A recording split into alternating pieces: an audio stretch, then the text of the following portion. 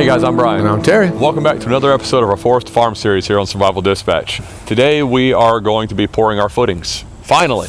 Yeah. Took us a little while. Yeah, it did, but we're there. A lot quicker for you guys. On our channel, it took a little while. Yeah, it did. But it seems like a really daunting task. We were so worried about tackling pouring footings. We've never dealt with concrete. We've just never been masonry guys at all, in any way, concrete or masonry. It's like, you want your footings to be perfect. You've got to put block on top of this, so it needs to be right. Yeah, we put in our grade stakes. They're perfectly level, but is the concrete going to do what we want it to do? Yeah. And how do you move it around, and how are we going to be able to move it? What do we need to move it with? Yeah. So, fortunately, a buddy of ours, Charles, is a builder, and he offered to come out and help us get started. Yeah, and you see in the video, like, there's three of us here, and I'm standing there watching him, literally 10 feet of concrete. I'm like, okay, let me go get my rake. I know what to do. So it took like 2 minutes, Yeah, there's really nothing to it. As you're pouring, as the pump truck is pumping the concrete, that's a key factor. Have a pump truck to pump concrete. Somebody that'll work with you and slow it down when you need them to slow it down, let you keep up. And I was manning the hose.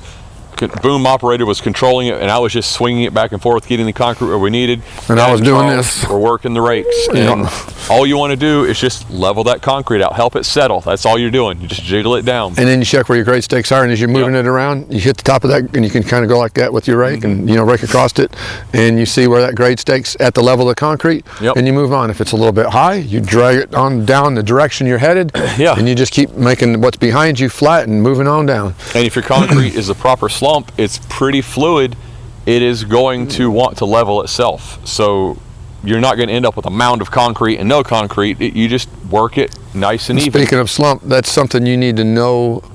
What do you need done? Because you can have very liquid concrete, like if you're pouring walls, or you can have very stiff concrete that you might want to be pouring on a slope so that it doesn't run. Well, you don't want it stiff. Yeah. Because it would set up in one spot. Yeah, you wouldn't be able to move it around very good, but you don't want it so runny that it just starts running away from you. Yeah. So you got to know, what slump do I need? I don't even remember what the number was on this. It was like a 5 or a 6, I think. Something like that, Somewhere in there. But it seemed like such a daunting task. And like you said, 5-10 minutes into it, he's like, okay, I know what I need to do. Fortunately, it worked out. He knew what he needed to do because Charles had to leave. And if you have a good reputable concrete company, you can talk to the dispatcher. Yeah. And he learns through talking to hundreds of people a week that, okay, I need this for this particular job, I need that. And he can say, well, this is what everybody's doing. That's what I want to do. Yeah. It really was a very easy process. And having that boom pump truck made life so much easier on us, because the operator is running a remote control that moves that boom, and I'm just swinging the hose to keep the concrete where we need to be roughly, but it takes all the major back and leg work out of it. And you don't have to have extra people moving concrete around. I've seen jobs where, like, you couldn't get to the back of this very good with a truck, so we would have to wheelbarrow that over there. Yeah. So they would be pouring it in the wheelbarrow, roll it, break your back. You're going to have a couple extra guys minimal, and way more time. It's worth a boom pump truck's going to run you about $1,000 for a half a day. Seems like a lot of money, but the time, we poured 2 footings in that time and had a little bit of time left over, and that is huge. I mean, it saves us so much back-breaking work, saves us money in the long run. And you might say, well, in a half a day, I won't have to pay anybody that much. You're not going to get it done without that boom truck in a half a day. No. So you're going to pay them a lot more than you think you are. Yeah, so it really is a big help. But that's really all there is to it, guys. We just did a time-lapse of this because we can't film and run concrete at the same time, and we had to be on this. Again, we were paying people to be here. We had to be on it. Exactly. So, your son needs to get a little bit bigger so we can hand him a camera and say, follow us. We'll strap GoPros. My son's turning 2 in a couple weeks. We'll strap GoPros to his head in all directions. There you go. No matter what, we'll get something. We'll get something out of it. Hope you guys enjoy this time-lapse.